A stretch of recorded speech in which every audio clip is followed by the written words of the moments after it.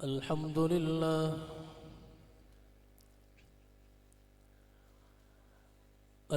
لله وكفى وسلام على عباده الذين اصطفى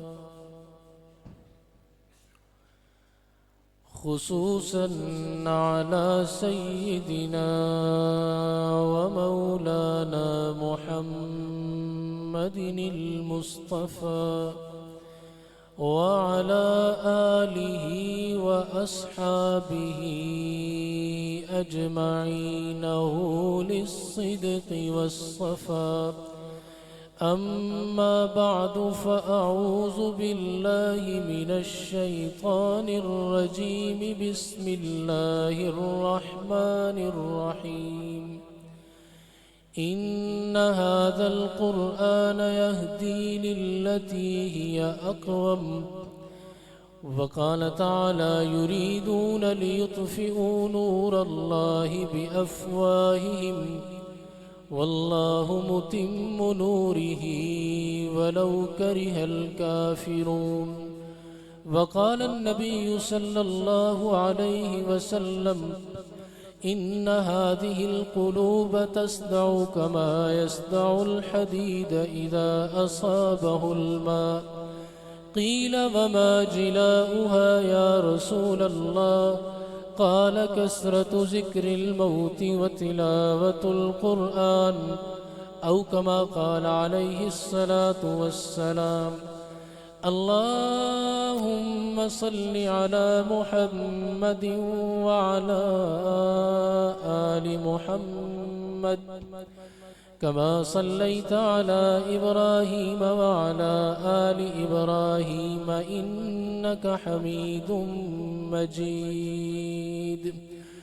اللهم بارك على محمد وعلى آل محمد كما باركت على إبراهيم وعلى آل إبراهيم إنك حميد مجيد. سارے حضرات پیار اور محبت سے پھر درود شریف پڑھ لیں. ان بچوں کو خاموش کروائیں. بیٹا خاموش ہو جائے, تھوڑی دیر خاموش رہیں. زینت بزم حضرات علماء کرام, مہمانان گرامی, میزبان مکرم, پیکر اخلاص, پیکر اخلاق, حضرت مولانا مفتی عابد الرحمن صاحب دامت برکاتہم, دیگر علماء کرام اور قرب و جوار سے تشریف لائے ہوئے میرے بھائیوں, دوستوں, بزرگوں, میں نہایت اختصار کے ساتھ چند باتیں عرض کر کے اجازت چاہوں گا. ایک گجرخان میں پروگرام, دوسرا پروگرام یہ, اور اس کے بعد مجھے ایک اور پروگرام میں شرکت کرنی ہے. راستوں کی رکاوٹ بھی موجود ہے اور مجھ سے پہلے آپ علماء کرام کے بڑے جامع, بڑے وسیع خطابات سن چکے ہیں اور اس کے بعد کسی اور بیان کی ضرورت نہیں, لیکن تعمیل حکم میں میں حاضر ہوا ہوں. اللہ رب العزت ہمارا مل بیٹھنا اپنی بارگاہ میں قبول فرمائے. کہو آمین. آج کا یہ پروگرام, آج کی یہ مبارک نشست ان خوش نصیب طلباء کے اعزاز میں ہے جن کے سینوں میں اللہ نے وحی کو محفوظ کیا. کہو الحمدللہ. آپ کا بیٹا ڈاکٹر بن جائے, انجینئر بن جائے, سائنسدان بن جائے, وکیل بن جائے, سارا خاندان خوش ہوتا ہے, اس کو اپریشیٹ کیا جاتا ہے, اس کے اعزاز میں پورا خاندان تقریب کرتا ہے، اچھی بات ہے۔ اسلام نے کوئی جائز ترقی پر پابندی نہیں لگائی۔ پھر اس خاندان کو کتنا خوش ہونا چاہیے جس کے لخت جگر کے سینے میں اللہ نے وحی کو محفوظ کر دیا۔ آپ جس بچے کو چھوٹا سمجھ کر موٹر سائیکل کی چابی نہیں دیتے، پیسوں والی الماری کی چابی نہیں دیتے، معصوم ہے، کسی چیز کو ضائع نہ کر دے، نقصان نہ کر دے، آپ قیمتی سمجھ کر اس کو چابی نہیں دیتے۔ اللہ رب العزت کائنات کی سب سے قیمتی چیز اس کے سینے میں محفوظ کر دیتے۔ اورنگزیب عالمگیر رحمہ اللہ، ان کے بیٹے نے قرآن مجید حفظ کیا، وہ اپنے بیٹے کو لے کر اپنے والد یعنی بچے کے دادا کے پاس گئے اور کہا، ابا جان آپ کو مبارک ہو، آج آپ کے پوتے نے یعنی میرے بیٹے نے قرآن مجید حفظ کیا ہے۔ انہوں نے کہا اچھی بات ہے، کوئی خاص خوشی کا اظہار نہیں کیا اورنگزیب کو جس کی توقع تھی۔ اورنگزیب کہنے لگا شاید ابا جان بات سمجھے نہیں۔ اس نے اپنی بات کو پھر دہرایا، کہا ابا جان آپ کو مبارک ہو، آج آپ کا پوتا یعنی میرا بیٹا قرآن مجید کا حافظ بن گیا۔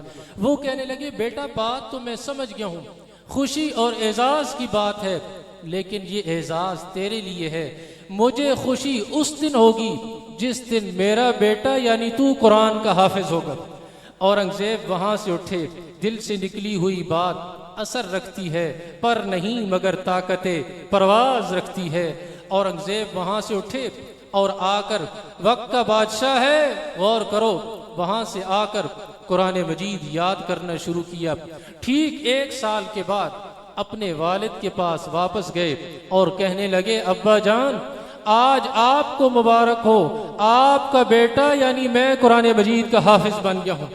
تو میرے دوستو، رب ذوالجلال کا یہ آخری اور لا ریب کلام جو تذکرہ بھی ہے، مہیمن بھی ہے، شفاء لما فی الصدور بھی ہے، ہدایت کا پیغام بھی ہے، ظلمت سے نکال کر روشنی میں لانے والا ہے، ذلت سے نکال کر عزت کی شاہراہوں پر چلانے والا ہے۔ اور جس سینے میں یہ کلام آ گیا، اللہ نے اس سینے سے کفر کے اندھیروں کو دور کر دیا۔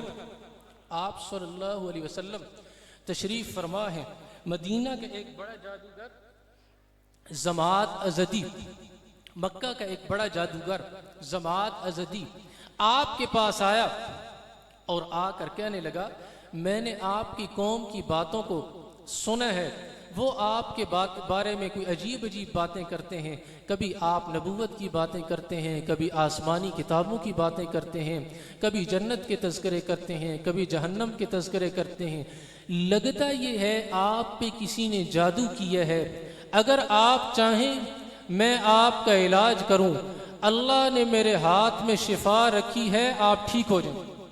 اور جادوگروں کی اپنی ایک دنیا ہوتی ہے، یہ جہاں بیٹھتے ہیں اپنا راگ ضرور الاپتے ہیں، ہاں کسی کو نیلا جادو، کسی کو پیلا جادو، خیر ہم لوگ بھی چل پڑتے ہیں، چونکہ گھروں میں تو اعمال ہوتے نہیں، نہ گھر میں نماز ہے، نہ روزہ ہے، نہ تسبیحات ہیں، نہ اللہ کا ذکر ہے، نہ قرآن مجید کی تلاوت ہے، ظاہر ہے پھر انہی چیزوں نے آنا ہے، خیر ہم لوگ چل پڑتے۔ اس نے کہا اللہ نے میرے ہاتھ میں شفا رکھی ہے، اگر آپ چاہیں میں آپ کا علاج کروں، آپ ٹھیک ہو جائیں گے۔ تھا تو کافر، لیکن عقیدہ اور نظریہ اس کا یہ کہ شفا کس کے ہاتھ میں؟ اللہ کے ہاتھ میں۔ آپ نے پوچھا تیری بات پوری ہو گئی؟ کہنے لگا پوری ہوگی۔ دیکھو قرآن نے زندگیوں کو کیسے بدلا، دلوں کو کیسے بدلا، ماحول کو کیسے بدلا، قوموں کو کیسے بدلا۔ آپ نے پوچھا تیری بات پوری ہو گئی؟ کہنے لگا پوری ہو گئی۔ آپ نے قرآنی کلمات پڑھنا شروع کیے، الحمدللہ الحمدللہ نحمدہ ونستعینہ ونستغفرہ ونؤمن بہ ونتوکل علیہ ونعوذ باللہ من شرور انفسنا ومن سیئات اعمالنا من یہدہ اللہ فلا مضل لہ ومن يضلله فلا هادي له۔ آپ نے یہاں تک پڑھا، جماعت کی دل کی دنیا بدلی، ہلچل مچی۔ کہنے لگا میں نے بڑے بڑے شاعروں کو سنا، بڑے بڑے ادیبوں کو سنا، بڑے بڑے خطیبوں کو سنا، ایسا کلام تو میں نے نہیں سنا۔ آپ اپنی بات کو پھر دہرائیں، غور کرو، نبوت کو ایک ایک آدمی کی ہدایت کتنی عزیز ہوتی ہے۔ آپ نے جماعت کی ہدایت کے غم میں پھر اپنی بات دہرائی، جب 2 مرتبہ پڑھا کہنے لگا آپ پھر دہرائیں، میرے دل میں اس کلام نے اثر کیا ہے۔ آپ نے جماعت کی ہدایت کے غم میں پھر پڑھا الحمدللہ الحمدللہ نحمده ونستعینه ونستغفره ونؤمن به ونتوکل علیہ ونعوذ باللہ من شرور انفسنا ومن سیئات اعمالنا من يهده اللہ فلا مضل له ومن يضلله فلا ہادی له۔ آپ نے یہاں تک پڑھا، کہنے لگا آپ ہاتھ آگے بڑھائیں، میں آپ کے ہاتھ پہ اسلام کی بیعت کرتا ہوں۔ آیا تھا علاج کرنے کے لیے، علاج کروا کے جا رہا ہے، ہم تو مائل بکرم ہیں، کوئی سائل ہی نہیں، راہ بتلائیں کسے، کوئی راہ روے منزل ہی نہیں۔ اللہ رب العزت اس ادارے کی بہاروں میں اور اضافہ فرمائے۔ جن بچوں نے قرآن مجید کو اپنے سینے میں محفوظ کیا ہے، اللہ کرے وہ جہاں جائیں قرآن کا نور پھیلاتے جائیں، اور جب تک زندگی ہے اللہ انہیں اور ان کی نسلوں کو قرآن مجید سے وابستہ فرمائے۔ وآخر دعوانا ان الحمد للہ رب العالمین۔